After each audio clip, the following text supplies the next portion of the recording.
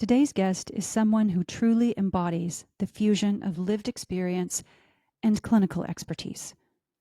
Kimberly Kushner is a naturopath and clinical nutritionist who has spent over 2 decades navigating her own journey with endometriosis, as well as pelvic congestion syndrome and POTS, known as postural orthostatic tachycardia syndrome, all while helping others do the same. What makes this conversation so powerful is Kimberly's ability to bridge science and soul, bringing heart, compassion, and grounded strategy to the way we talk about chronic illness and healing. If you've ever felt dismissed, overwhelmed, or unsure where to start with nutrition and hormones, this one's for you.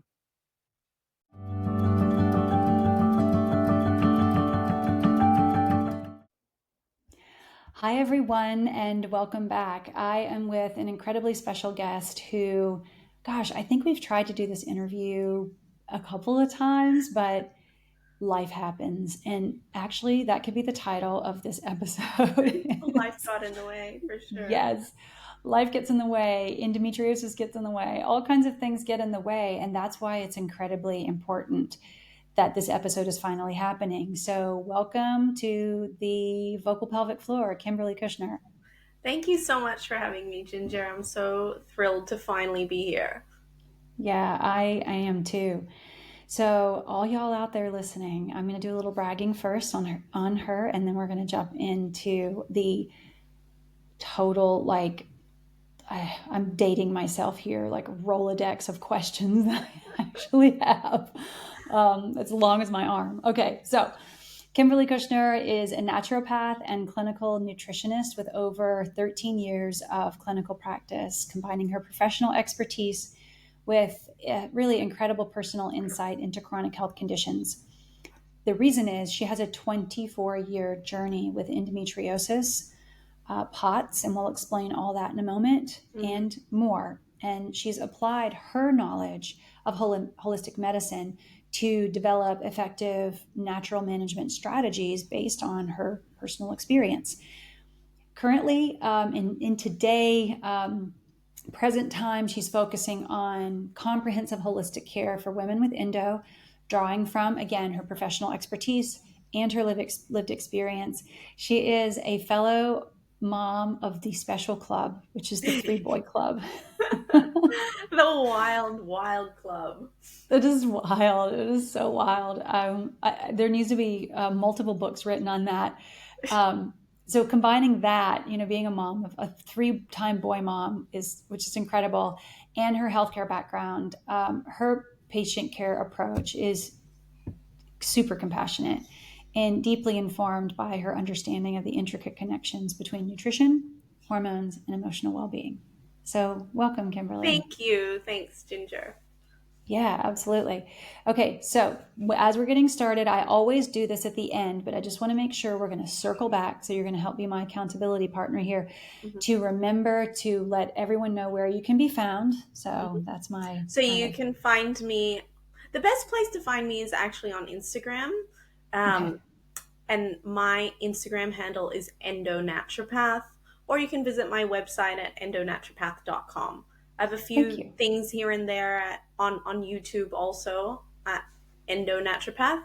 But yeah, Instagram's probably my fantastic. The best place to find me. Yeah, you've got some great posts there. I was just perusing those. And of course, I follow you anyway. So in the last few weeks, just seeing all your really amazing things that are connecting the dots. And that is what this podcast is going to be about. That is what this episode is about, is connecting the dots between things that were previously thought to exist on their own. But speaking frankly, because women's health has historically been ignored, under-researched, under-attended. Women are gross recipients of medical gaslighting on a regular basis, and just dismissal of their symptoms. The lines between these things, it's almost like a criminal profile with the strings between the sticky notes and the push pins on the bulletin board. They haven't been connected, and it's time to connect those things. And so that's what I want to talk about. Yeah. But before we like jump into that, I want to know your origin story. Like, what drew you to specialize in Mm, women's health, especially underdiagnosed and attended conditions like endo and yeah. things like pelvic congestion syndrome? Yeah, so it's my own personal story and my own journey actually. So everything started back when I was 11 when my period started, and they were excruciating. They were extremely traumatizing as such a young girl going through this. I went away to boarding school and I navigated it all kind of on my own in a system that wasn't very compassionate or understanding. And, we were kind of just taken to the conventional, nothing wrong with conventional medicine, but they were not equipped to deal with what actually was going on with me. So Where were you located at that so time? I'm a US citizen. I currently live in Australia. My husband's Australian. My mother's actually Indonesian, so I grew up in Bali, and I was in boarding Oh, school in Australia. So um, okay. yeah, so I was in Australia, and I was going through the Australian medical system, and I think my first colonoscopy and gastroscopy was done in grade 10 because Oh, I had such severe bowel symptoms. I had an emergency appendectomy at 15. So a lot of very jolting, traumatizing medical mm-hmm. experiences from such a young age. And, lo and behold, I was diagnosed with generalized anxiety disorder, but at the same time, I was severely anemic and nutrient deficient and eating all this incredible food at boarding school, which was terrible, by the way, Mm. and only further compounded my issues. It took me 12 years to get a diagnosis. It was a long journey to get there. Every sort of test at the time was clear. But when I had my laparoscopy, I had endo on my bowel, my bladder, my uterosacral ligaments, my ovaries, and on the outside of my uterus. So it Mm. was quite extensive. However, it was completely excised. Oh, and they also said I had adenomyosis at a very big and bulky uterus. So, yeah, there was lots of, all your classic symptoms, very heavy bleeding with clots, extremely painful. I was Mm-hmm. diagnosed with vaginismus, pelvic floor dysfunction, interstitial cystitis, you name it. All the um, things. and also misdiagnosed with things like pelvic inflammatory disease, recurrent UTIs. Um, Mm-hmm. so I truly, truly, truly get it. Um, and then after my excision, I was able to conceive naturally not long after. So within a year, I was able to become pregnant. However, during the third trimester, I suddenly developed POTS, and Oh, that was extremely scary. I was, losing consciousness in pregnancy. No one knew what was wrong with me. Again, it was me that advocated for myself and eventually got myself the POTS diagnosis. It was a very obvious case of POTS. Sometimes it's not as obvious, but mm-hmm. after giving birth, I was doing the whole battery of autonomic testing, and that's where we did the tilt table tests and all other, you know, neurological testing, cardiac testing, and that's where I found out I had POTS. So that was 11 years ago now, and it's only now that a lot of other symptoms have manifested. So pelvic congestion with ovarian vein insufficiency. It's looking more and more like I have EDS with severe hypermobility. Almost like a craniocervical instability type of picture with my Mm-hmm. neck, um, multiple vascular compressions, thoracic outlet, jugular vein compression, all the things, all the very EDSC hypermobile features. Um, Yeah. and yeah, so that's a bit about me and my personal journey with So my own health stuff. it's a huge personal, clinical, like, epiphany or aha or turning Oh, yeah. point or just existing on the planet that shaped how you approach chronic pelvic pain today, and Absolutely. whole body, because it's a whole body disease. Oh, absolutely. Absolutely. And this is what I've been kind of seeing a lot on my social media. It's never just endo. It's never just endo. You know what I mean? Mm-hmm. Endo, it's almost Yeah. like endo is just like this significant feature of a much bigger issue at play. And unfortunately, in many people like myself, it coincides with the immune dysfunction, whether it be autoimmune disease or mast cell Mm-hmm. activation, plus Mm-hmm. the more hypermobility type vascular issues, and then, of course, the POTS. So, Yeah. Yeah. And I have seen clinical manifestations and experienced to a certain degree that myself, having endometriosis, um, the overlap of other things, autoimmune driven, like oh, yeah. multiple sclerosis, reactivation of Epstein Barr, Lyme, like all of these other things Yes. coinciding where they may have gone through that as previous diagnoses. Whether or not they were the actual diagnoses or endometriosis was a driver, we just don't know yet. But Mhm. there is this clinical bucket that all of these things get thrown into. Yeah. But because women's health is not a priority really in any country, Yeah. we end up with these giant gaps where someone comes in and they think they have, like, I had a patient today come in, sit down. She's been diagnosed with interstitial cystitis, but I don't really think that's a driver. I think endometriosis could be a driver, but even below that, there's mast cell activation syndrome. So there's MCAS. Yeah. There's a And that will histamine flare problem. your IC symptoms Mm-hmm. anyway. Yeah. Totally. And no one had ever even mentioned MCAS before, ever. Yeah. She's Yeah. on all of these other drugs and she's had all of these giant interventions, but no one screened Wow. her for endometriosis. No one's asked about MCAS. And yet she has these dermatological features, of Mm, histamine, uh, you know, dysfunction. So it's just incredible. And so I would love to like bring all that together, like scoop it all together, yep. like random things on the bar in your kitchen bar, Yeah. and put them in the same bucket and go, these can be related. Do we Absolutely. entirely understand how or why? Not yet, but No. it's important that I think women realize that if they have like rosacea and other histamine issues, or they have EDS on top of that, or something else, that they're not separate buckets. They can, in That's fact, go in the same bucket. yes. Absolutely.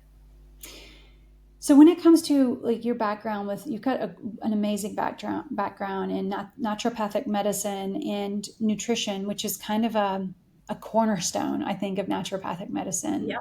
by default. What are the most overlooked nutritional factors you see and have experienced when it comes to supporting people with endo, or this big bucket that we're talking about with pelvic Mhm. congestion, EDS, MCAS, etc.? Well, I think looking at the nature of these conditions, something that underlies all of it is chronic and systemic inflammation. And whether Yeah. that then leads to immune dysfunction, in most cases it does. We know that there's a new study that's come out that shows the links with endo and autoimmune disease. I mean, that's not breaking news to me. That's something we've Yeah. seen in clinic over and over and over again. But it's great that we're seeing hard evidence now, right? Um, Hmm. so, yeah, things that then can predispose us to more chronic inflammation, like your essential fatty acid deficiencies, omega-6 to 3 ratio imbalances, Yeah. antioxidant deficiencies, zinc, vitamin C, as we and it's so hard because and I get it, when you have limited spoons, when you're chronically unwell and your energy is depleted, it's hard to desire. And even from an appetite perspective, from an energetic perspective, it's hard to desire to Hmm. want to make these things, to eat these things. You're not excited about any of it. So Yeah. by default we end up consuming a more processed diet, which is depleting us of these really important nutrients, and can then further perpetuate the problem. So yeah, it's just unfortunate, but it's the reality in most cases. I can't tell you how many times I have had patients come in, and it was today. I mean, that was literally my clinical experience today. I had multiple, actually, my entire day was new evaluations, to Yeah. have women come and sit down, and they said this exact thing. And it totally echoes what you just said. To have someone sit down, which they said today, this person said today, I have no idea what to eat now. Yeah. I hate eating. Everything bloats me. It feels like a vat of acid. That's what this person said, a vat of Oh, poor acid. thing. And yet the diagnosis didn't that she had received elsewhere didn't match any of her symptoms. It really Oh, matched wow. the symptoms that we're talking about. And Yeah. yet she had been completely dismissed. Nutrition had never been discussed. No one had Wow. ever noticed that her pain was in her abdominal area and her lower left quadrant. So, on the lower left side around the sigmoid Mm, colon. It was yeah. like, oh, no, it's just IC. It's just IC. But there's Mm, something bigger, going on. And again, you brought up another really important point about, inflammation, yeah. systemic inflammation being a huge driver. And, this person was sitting in front of me and had obvious histamine responses on her skin at that very moment. And yet it's amazing Mm, that even though she had been prescribed a big kind of pharma antihistamine, it's yeah. almost like pieces of the puzzles were still not being put together. She was Yes. on a drug as an antihistamine, but nothing had been addressed in her diet in terms of removing Yes. foods with high histamine. So, can you Yeah. talk a little bit about that? Why is there such a disconnect? Yeah. And maybe it's because our medical system in the US, you can speak to the way it is in Australia. Yeah. Our Which is medical very similar. system, yeah, they're taught to prescribe the most expensive interventions, drugs, surgery, invasive things, and never in the 10 years she's been suffering from this, and really her whole life, has anyone said, oh, by the way, there are foods that are high in histamine that you That could be may, triggering you. Yeah. yeah, exactly. Yeah. Well, I think it comes down to obviously how her providers have been educated to handle and to treat and manage this because their toolkits are limited to drugs and surgery, generally speaking. So using something like a antihistamine, which can be very, very helpful and life-saving at times, will prevent the histamine from latching onto the receptors, but it will not assist with your clearance of histamine or your endogenous production of histamine. For example, if she's got gut issues and gut dysbiosis and she's Mhm. got excess histamine production in her gut, that's not going to address any of that. So it's really important to literally, if you have an overflowing histamine bucket, to get the scoops of histamine out of there. And the antihistamine is not going to do that. Mast cell stabilizers may assist, but you've got to look at what else is going on. Is there SIBO? Is there, genetic issues that's compromising her ability to clear histamine?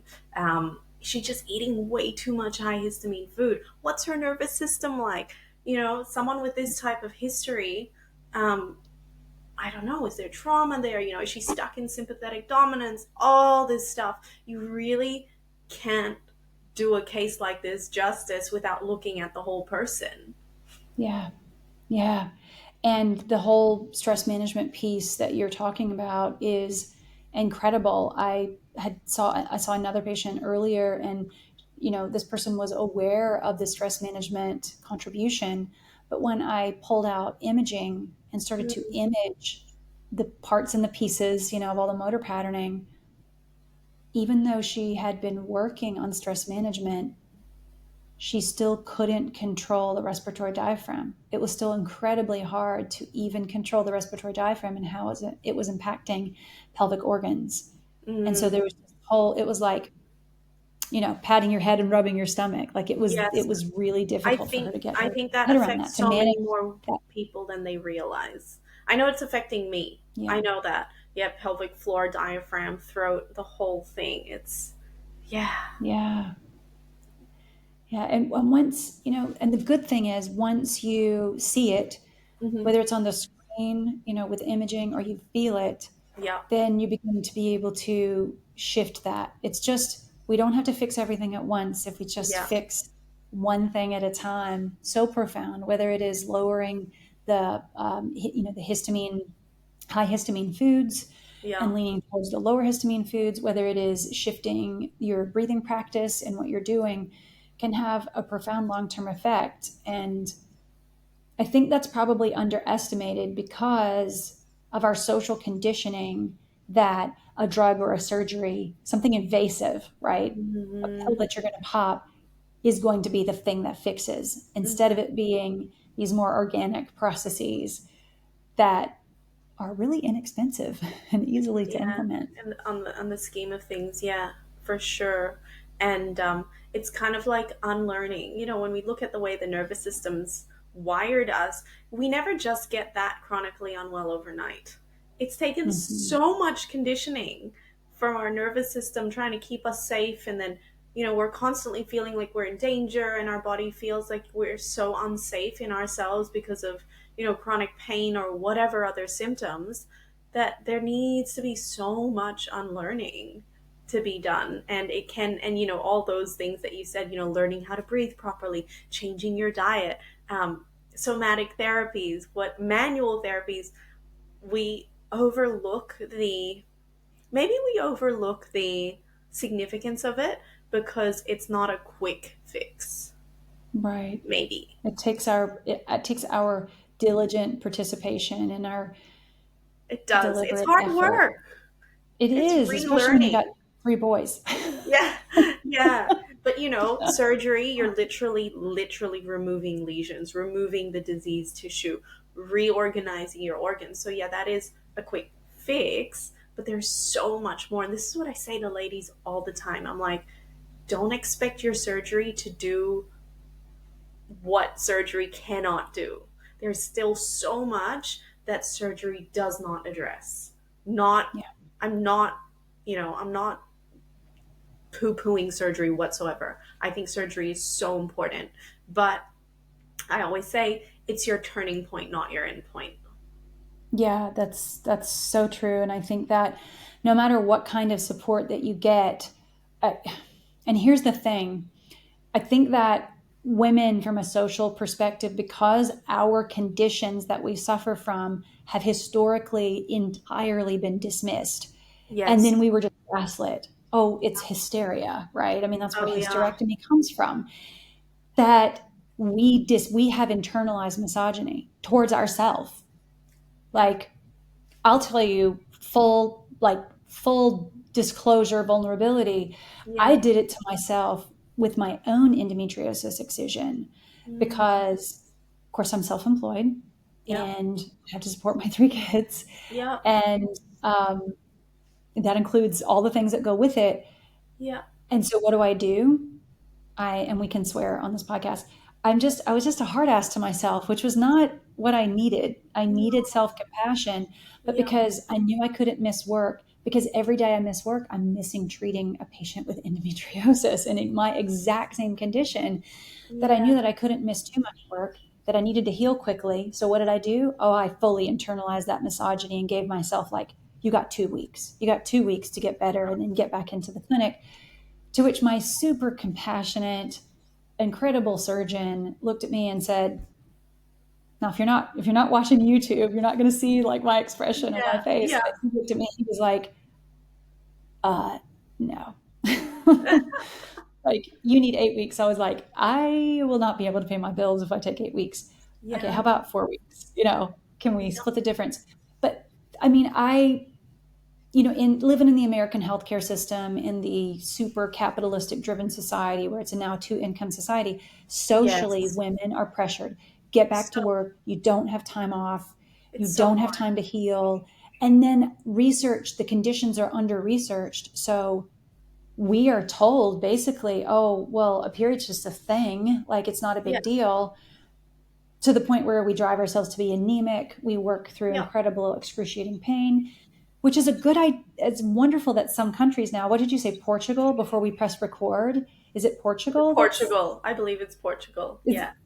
providing time off? Yeah. Was it for menopause Wasn't or it endo? menstrual Was it leave? endo? Okay. I'm Yeah. double checking. So at least we're starting to get a shift, but holy cow, that only took a few thousand years, right? So I know many more countries need to follow in their footsteps. yeah, they do. So I just, to everyone out there who's been through the surgery, or you're getting ready to go through surgery, or you're done with surgery and you need all the therapy that we're talking about right now that follows up, Exactly. just try not to kick yourself so hard. You need more time than you think to heal. I say that all the time, and the name, just the name, minimally invasive surgery can be deceiving. Just because Yeah. it's minimally invasive does not mean it's not a big deal. And I have women Amen. who are like, I'm 2 weeks post op. Why am I not feeling amazing already? I'm like, give yourself a break. Give Yeah. yourself a break. They've, you know, put things back together, remove things.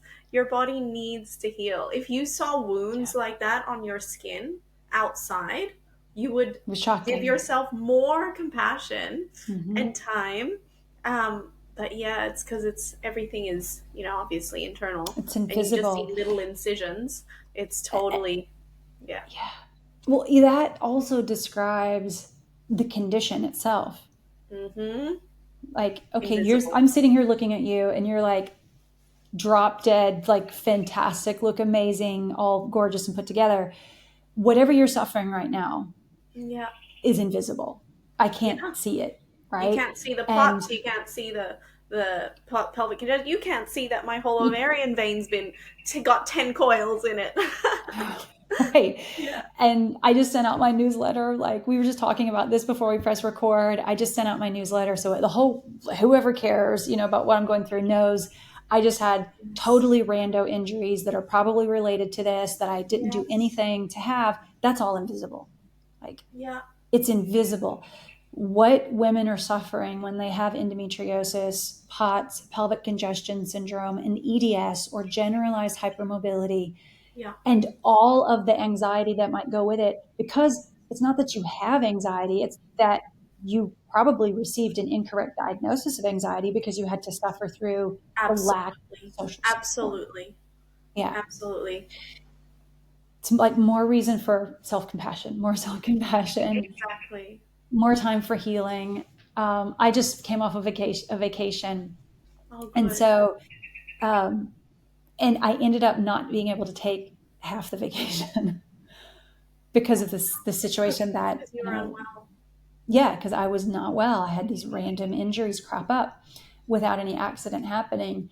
And so what it taught me was next year, one of the strategies, and then I'm just going to suggest this to all listeners, if you have these conditions, please book at least 1 week of vacation and do not plan anything. Around it. Give yourself don't go, like, don't go anywhere. yeah. Don't make any appointments. Don't do anything. Because if you needed to shift that vacation 1 week or the other, like that's what I had to do. I had Yeah. to take my vacation time that I had allotted to actually go to the ER, to go to multiple medical visits, to work all of this crap out that comes when you have a genetic satchel, backpack that Yes. includes endometriosis. Yeah. Yeah. So, Yeah. what are some of the ways, getting back to the nutritional aspect? Because a lot of women don't know about the connection with MCAS or histamine Okay. issues in endo.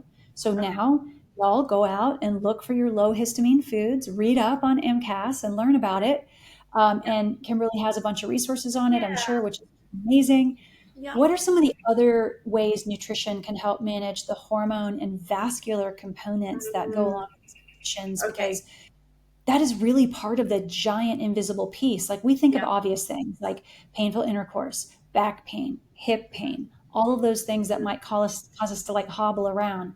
But hormonal and vascular stuff is Yeah, it's invisible. it's You're like, definitely a lot less spoken about, especially the yeah, yeah. vascular connection. And this is only something I've been speaking up about recently because it's something I've had to again me go through, and I want to advocate for people. But okay, so estrogen, progesterone, two of our key sex hormones, they play a huge role in both pelvic congestion, vascular issues, and endo. We know that endo thrives off estrogen. It can make its own estrogen. The endo tissue Mhm. itself is progesterone resistant, meaning There are faulty progesterone receptors on the endo lesions themselves, and there are fewer progesterone receptors. And progesterone is really anti-inflammatory, anti-estrogenic. So yeah, it gets very tricky. So we need to always be proactively, reducing our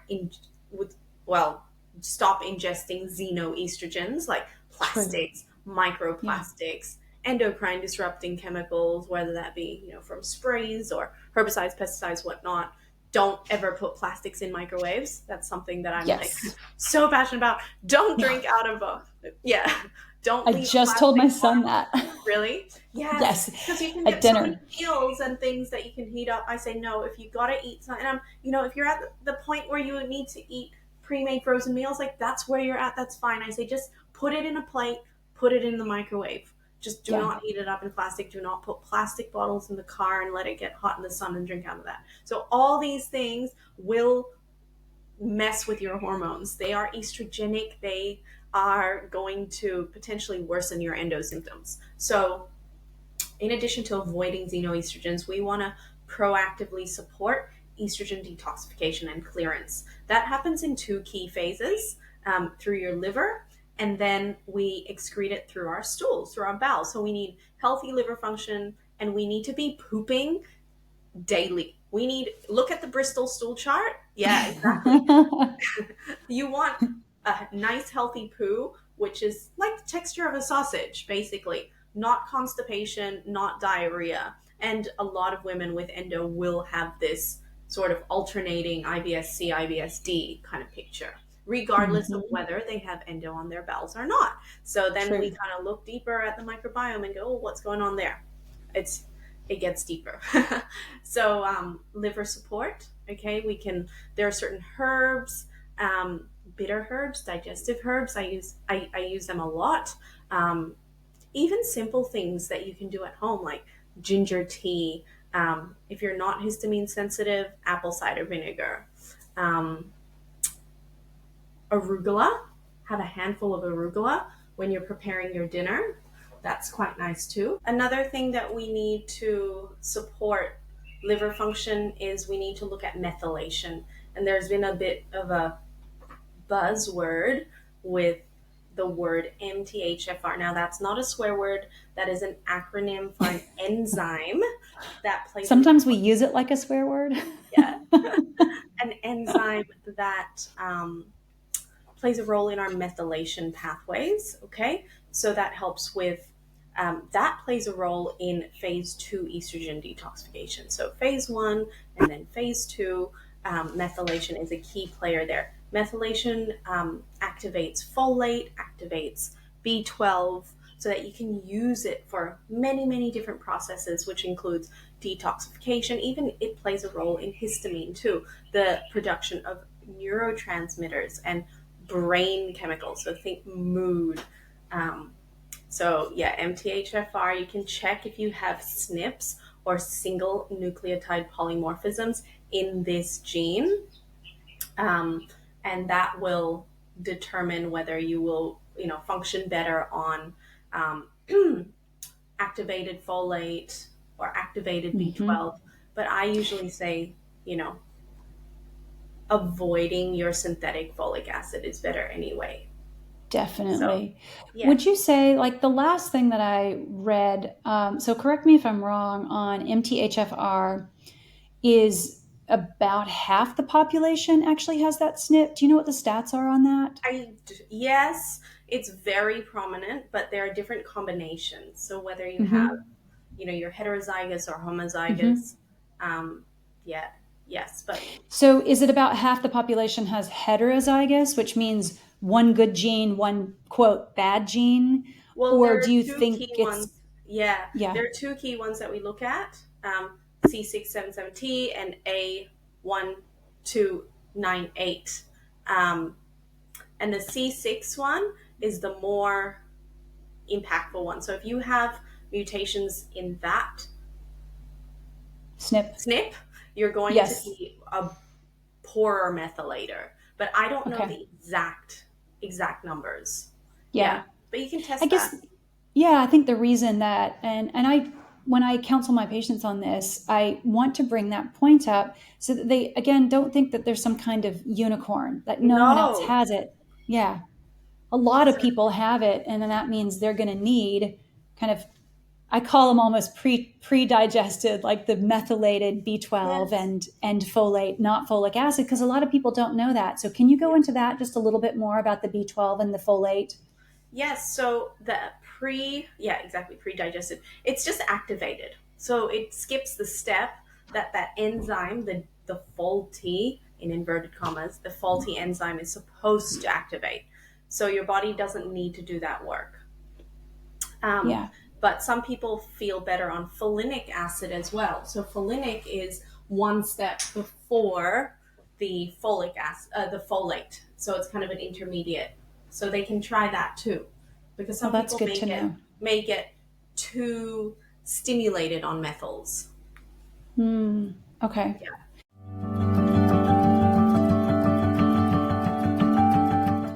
First of all, I want to thank you for listening.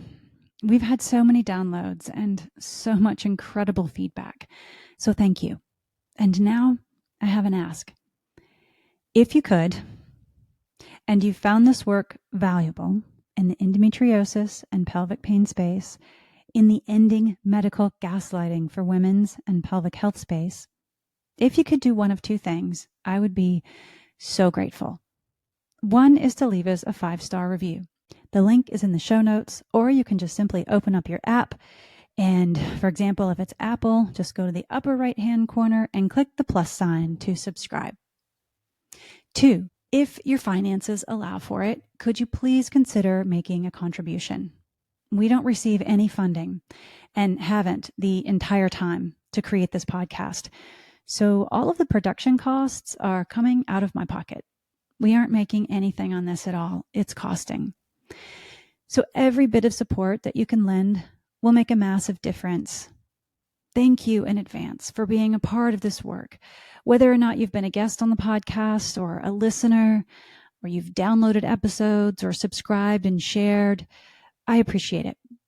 So if you could leave a 5-star review and consider making a contribution, it would really help the work continue. Thank you.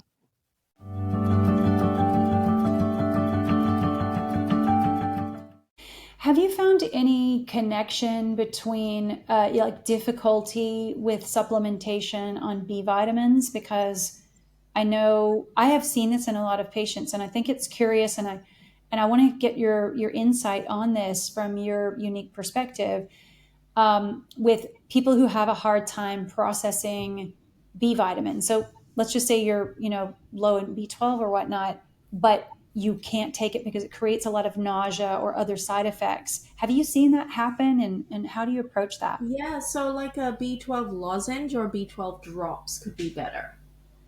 If like Okay. a vitamin, like an oral tablet or like a pill is making them feel sick, and do smaller doses, like start maybe 100 micrograms at a Mm-hmm. time, drop dosing, or get a lozenge and cut it into quarters and just suck on that. Yeah, Yeah. yeah. Have you seen that a lot where supplementation, whether it is maybe they're looking at aromatase inhibitors, or now we're getting a little bit more geeky and we can explain all this to our listener, but whether it is, methylated vitamins or a B complex supplement, or whether it's aromatase inhibitors, that they take them and they immediately get nauseated or have GI symptoms. Yeah, probably too much too quickly. Too much too soon. Yeah, yeah. Okay. And you need to support their liver. Yeah. So the things that I said earlier can Yeah. be helpful So, too. can you explain a little bit of that process? Because we've been talking about estrogen metabolism, but for the listener, even though they probably heard it, in other podcasts, if they've listened to this series regularly, I think it's worth repeating, like the importance of what your body can do or doesn't do. Because you mentioned, again, the liver has to be able to metabolize it, but Yeah, then you have to be able to excrete it.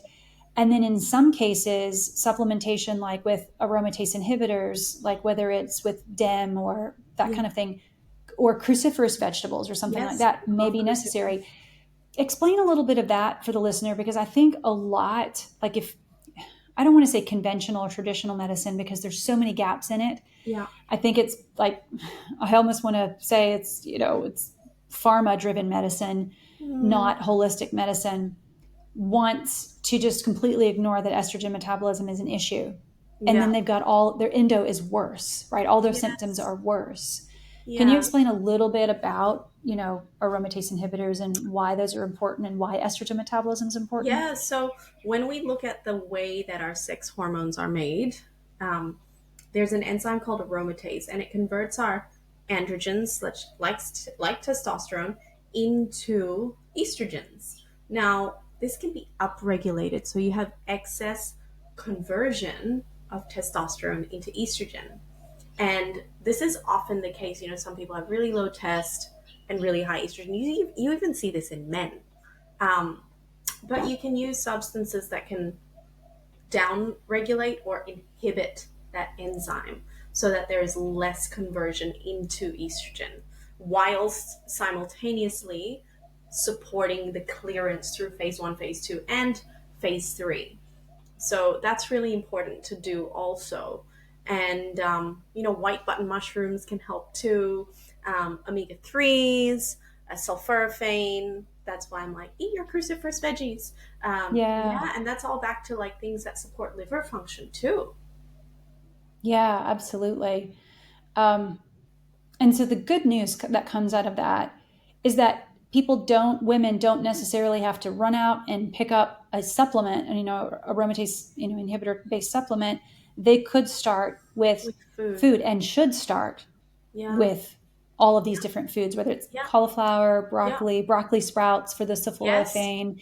Good What are some of fats, the, yeah, what are some of antioxidants. the other ones that you White recommend? button mushrooms is one that Hmm. is like a good one. So, mushrooms, good fats. So, if you can eat oily fish 2 to 3 times a week, that's a bonus. Like, that's a big win.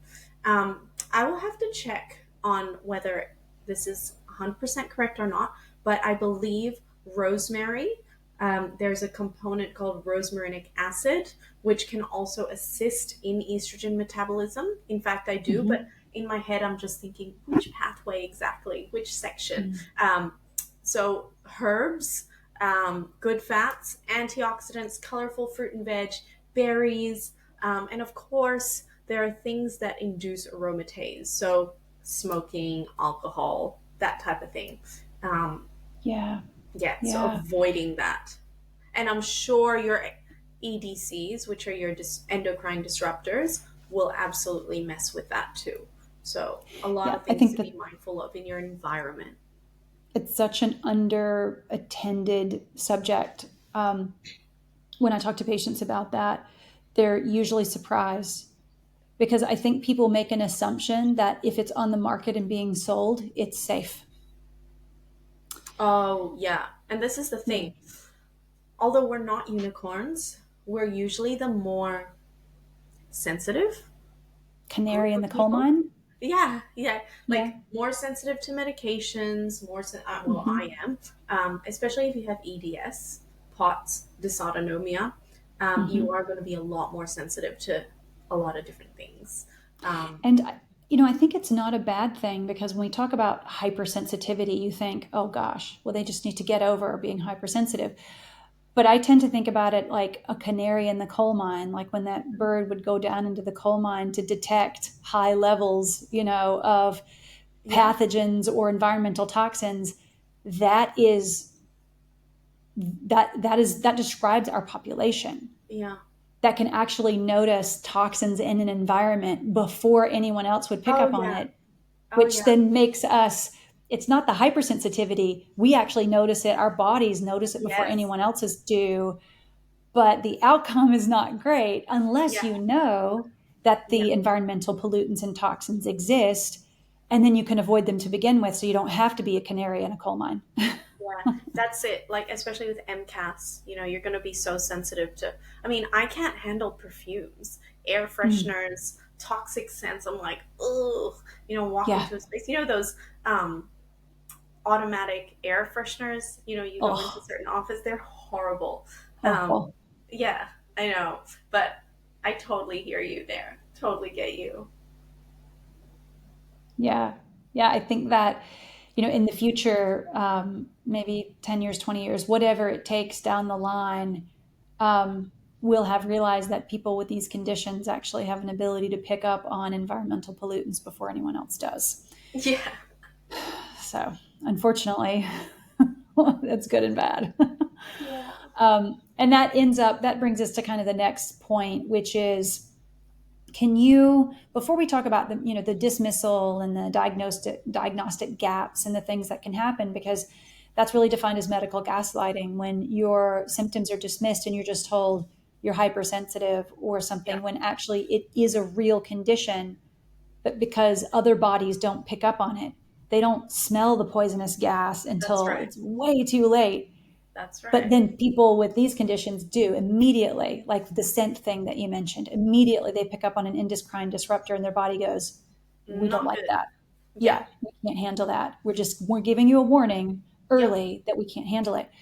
Currently, that leads to women being gaslit now because they have more sensitive systems that are able to pick up. It's kind of like being pregnant when you can super taste and super Yes. smell. Super It's kind of a sensitive. superhero, Yeah.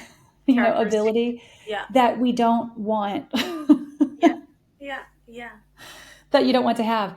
I think histamine is one of those things. Can you go over the connection again for the listener between how histamine sensitivity or intolerance, or what we call, MCAS, Mhm. mast cell activation syndrome, and endometriosis, how do those things end up going together, and how can one fuel the other, vice versa? Yeah. So I say it for the sake of simplicity.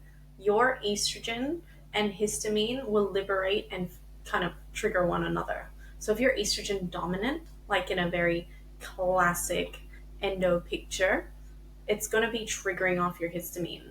Okay. Progesterone will help counteract that.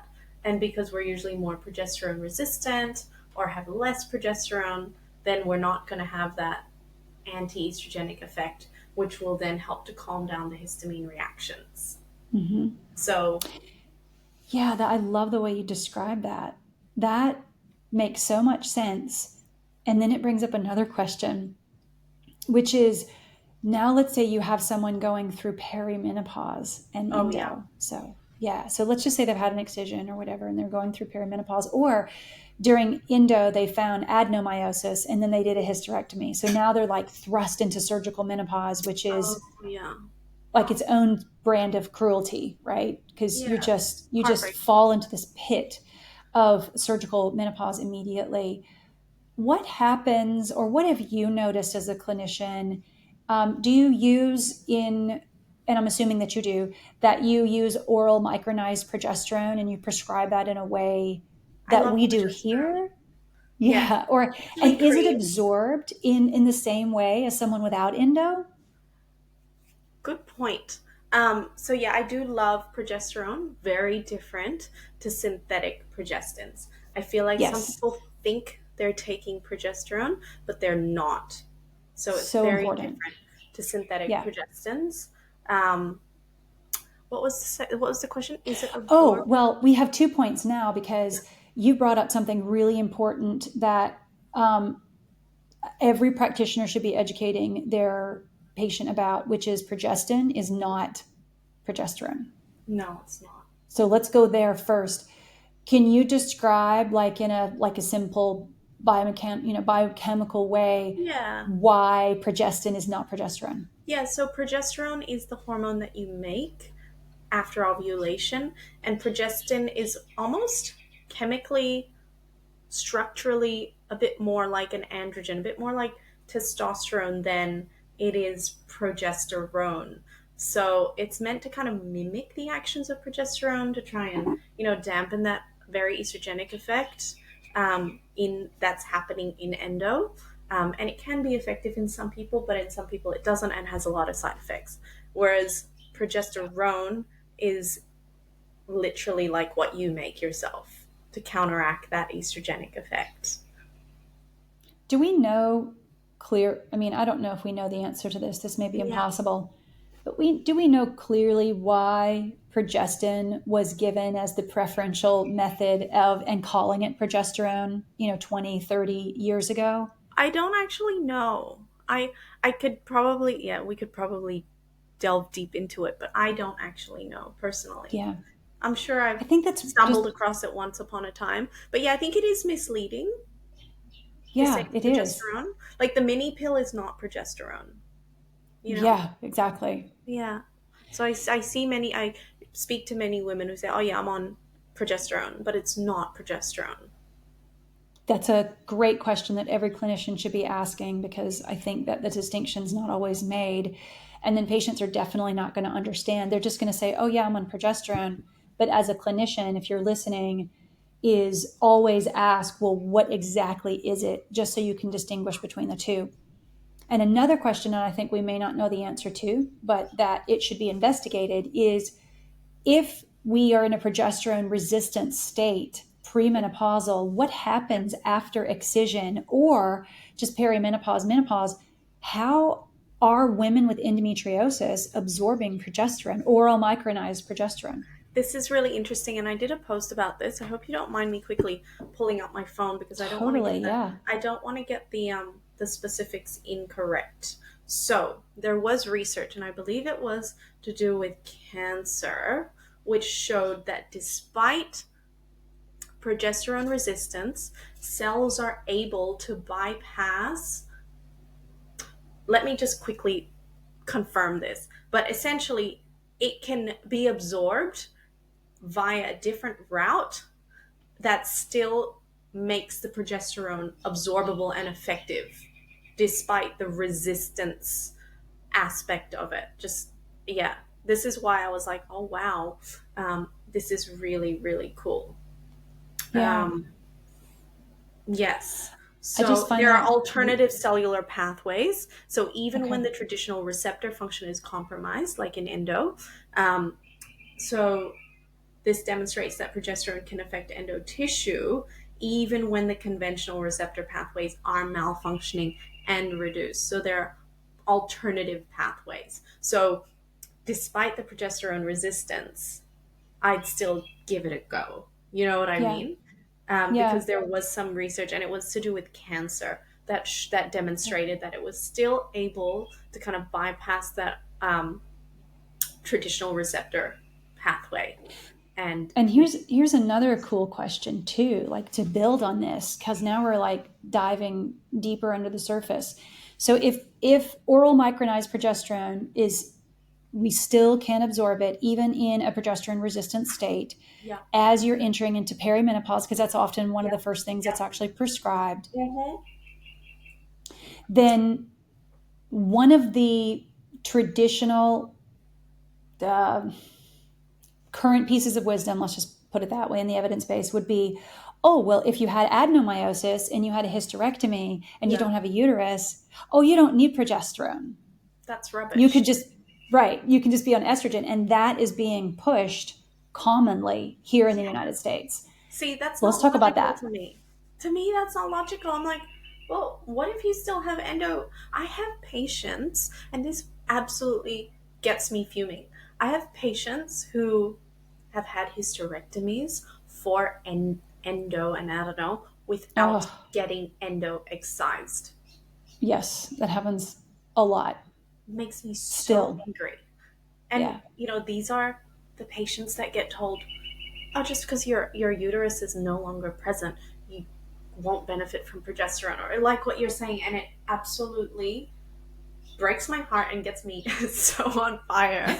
Um, yeah, it's mind blowing. Yeah, I don't get it So we at can all. safely put to bed, if you have been told, oh, you don't have a uterus, you don't need progesterone, I'm just going to give you some, estrogen, push back, question that quote wisdom that you're getting. Get a second opinion. Yeah. Yeah, Yeah, absolutely. I think that progesterone is so essential for, so many processes, and also to counter the estrogen, because the reason that they're saying that, just to clarify, the reason that kind of current wisdom is saying that, which hopefully will be changed soon, is that they're thinking that you're decreasing the risk of cervical cancer or endometrial cancer Mm-hmm. by providing the counter to the estrogen if you have a uterus. So they're Yes. saying, Yeah. go for Yeah. progesterone if you have a uterus But to now cut it's down on not risk of cancer. necessary And then they're anymore. saying, well, right, that's why they're saying it, is because, oh, well, you don't have one, so you don't have a risk of that cancer. Well, you're missing out on so many of the other benefits of progesterone, And the not fact that this just woman has counter. endometriosis. Yes, exactly. Yeah. And the other problem that we've talked about this on the past, in the past on the podcast, is a lot of quote conventional wisdom. I'm just air quoting that, y'all, if you're not watching on YouTube. Total heavy air quotes here. Is that they're saying, oh, well, you don't need any hormones at all. You have endometriosis. You can't have anything, Mm, which is crazy. yeah. Well, In a word. I get the fear of the estrogen for sure. Yeah. But yeah, I don't know why conventional medicine doesn't love progesterone. I mean, it's used so much for fertility treatment. But apart from that, it's kind of just like this thing that's ignored most of I the know. time. I think that the clarification on the Women's Health Initiative study from 2001, 2002 has changed the conversation on it just in the last year alone, so that hopefully it's permanently shifting. But there's still a Yeah. lot of antiquated pockets in the country where they haven't heard the news, apparently. And so nearly 100% of the patients that I see on a regular basis, I live in a city of about a half a million Hmm. people, in an area of about a half a million people. So it's not some obscure small area. No. And yet, most of the patients that I see, I'd say nearly all of them come in with old advice, Yeah. outdated advice, outdated medical management. Yeah. Yeah. Yeah. All right. So let's shift a little bit towards empowerment, because we've presented a lot of information, a lot of really you've made a lot of key points that are action items that you can take now. Mm. Knowing whether or not you have, MTHFR and what type, knowing that you can, improve all of these dietary elements, like right now, in your diet, knowing that you can kind of smack down some of that old advice that you're getting, on hormone, intervention and treatment, is Hmm. also encouraging. So when women go in with this newfound knowledge, just from listening to this episode alone, Yeah. and they get dismissed, how do you help them navigate a system that kind of seems like a T-Rex? It's a big bully with like short arms. Yeah. How do you empower your patients to deal with an antiquated system like that that's still giving them the wrong information? I try to hold their hand through it. I go over and above. I try and research the who they should see, the questions they should ask, who they should see for a second opinion. I always say, I know it sounds harsh, but remember that the physician sitting across from you, they're working for you, you know? And we often Yes. shy away from and this might be something that someone who's gone through so much medical trauma does. I do this. You rehearse the things in your head before you get to your appointment, and you're like, so if this Mm-hmm. happens I'll say this happens I'll say this. But it's so hard. um, I would definitely research other medical providers in your region, or if you can travel, people who specialize in this stuff, because not many people do. True. So there will usually only be a smaller network of people who can see patients or will confidently treat you if you have this. Um, Yeah. and take someone with you. Also a good idea. Until we can really obliterate the origins of gaslighting, which come from medical misogyny, we Yeah. don't even need to mince words. It is clear, if you read even a fraction of the history on endometriosis, you will clearly see that it was an offshoot of, and created by, the attitudes created towards endo now exist because of medical misogyny. And so until that's put down, which is not going to happen anytime soon, you're still going to have to do those things. I think the things you have suggested are absolutely brilliant. Write things down. Rehearse just to overview, take an advocate, enlist other advocates. Yes. Like anyone that has been on this podcast so far, yourself and so many other people, all incredible experts in the field. Enlist, follow their Instagram accounts, right? Go to their website, get on their newsletter, get on your newsletter, follow your Instagram account so that you can have that information to be empowered. And then one other thing that you said, I just want to reiterate, is that rehearsal of what you need to say. And unfortunately, if you're going to be in a system like in the US, you don't get a lot of time. They don't get to pay a lot of attention. So you're going to have to be brief. Rehearse in as brief a terms as you can the issue. Yeah. Yeah, unfortunately. Yeah. Otherwise, they're just going to cut you off and they're not going to listen. But if you can go in and in 1 or 2 sentences say, this is the issue, they are going to listen to that a lot better. Yeah. One of the other things that I wanted to mention too is pelvic congestion syndrome, because I don't think that there's enough attention to that at all. I know not in the US, and a lot of caregivers who are doing the medical management portion of endometriosis are missing it. So what are some of the signs that you might be dealing with PCS, but you haven't received a diagnosis yet? Heaviness, dragging, worse with sitting or standing for longer periods.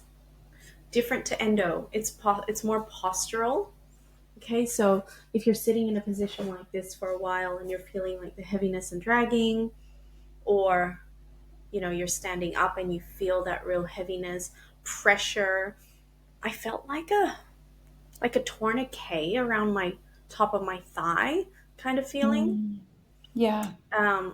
Feelings of like when I sneeze, like pressure, almost like felt like something was going to burst in there. Almost like prolapse type feelings. Exactly. Yeah. Do you think, or have you seen a lot of lymphatic drainage issues with that as well? Yeah, I think almost everyone with endo will have some sort of lymphatic congestion and PCS, because obviously circulation is compromised. Yeah. Mm-hmm. In the abdomen And a lot the of legs. a lot of women don't realize that, so they think it's something separate, or they think they just did something wrong, or that somehow they didn't do enough of whatever the rehab was, and they're just at fault, like it's their fault. Yeah.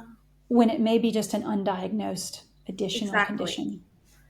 And that's what I say. The pain may not just all be endo. Yeah, definitely.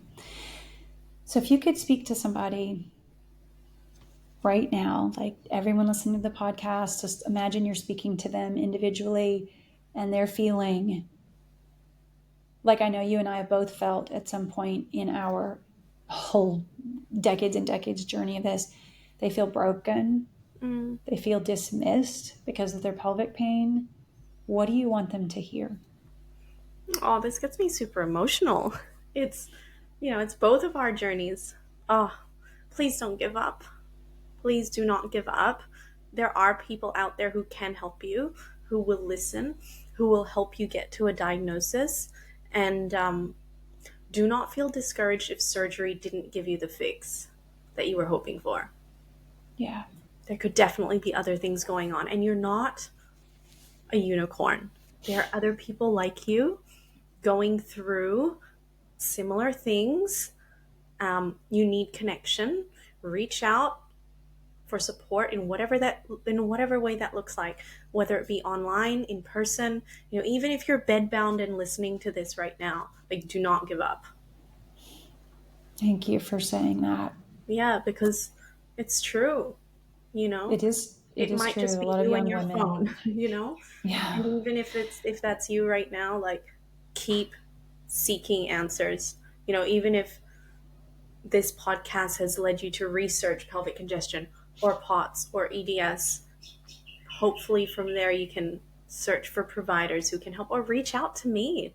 My DMs are always open. Yeah, absolutely. Absolutely. And that's why we will put all of the resources mentioned in the show notes. And you can always leave a comment on when this is going to be on YouTube. It is on all everywhere you find, a podcast, obviously, because you're listening to it right now. You can leave comments on any of those places, Mm, including Kimberly's Instagram account. The whole point is to get you to the resources that you need. Obviously, I'm interviewing you and you're on the other side of the world. There's yeah. not a whole lot of people who are specializing in this. And that's why it takes a village. Planet Earth Mhm. is like shrunk, it's like Yeah. shrunk down so small when you talk about who really specializes in endo and the compassionate space in which people can offer healing. So, all Yes. right, one last question. Hmm. What gives you hope about where women's health is headed? Because we've talked about a lot. I mean, we've talked about a lot of reality, a lot of gaslighting, a lot of dismissal of women's health, lack of research, lack of funding, that kind of thing. But on the flip side, what Hmm. gives you hope where women's health is heading, especially for women living with endo and PCS? Well, hey, places like Portugal have, instated this That's right. menstrual leave, which is super cool. Paid menstrual leave. I'm seeing some really amazing results in my own practice when we're implementing a really patient centered, holistic model of care, which is exciting. Connecting with other incredible providers like yourself who are doing something similar, but with whatever it is that you are an expert in, um, which is all super exciting. I, I, Conventional I, go ahead, go ahead. conventional medical doctors that are more interested in this type of perspective too, because they're hitting roadblocks obviously from just hormones and surgery and pain medication. Right. Yeah. Yeah, exactly. That there's a lot more openness Hmm. to listen, which is incredible. And really, that's all it takes to shift something is the willingness and openness to learn and to grow, Yeah. which is incredible. And I like that the endo space is growing. This Yes. will be the biggest podcast season that I've had so far. And I think that the awareness is growing exponentially. And because if it's 1 in 9, it's not even 1 in 10 anymore. If it's one in Mm, nine women suffering from this, that is as frequent or more frequent as diabetes. yeah. It's like 200 So million people. yeah, so we need far more awareness. Like no one knows what endometriosis is, and even less know what adenomyosis is, and even less know what pelvic congestion syndrome is, but everyone knows what diabetes is. Yes. So we have a lot more work to do, but there's Yes. more awareness every day and so many more practitioners. So I just want to thank you again for being on the show, coming on the show. You have such a unique perspective. It's incredibly valuable. And I hope that everyone listening will go give her a follow on Instagram.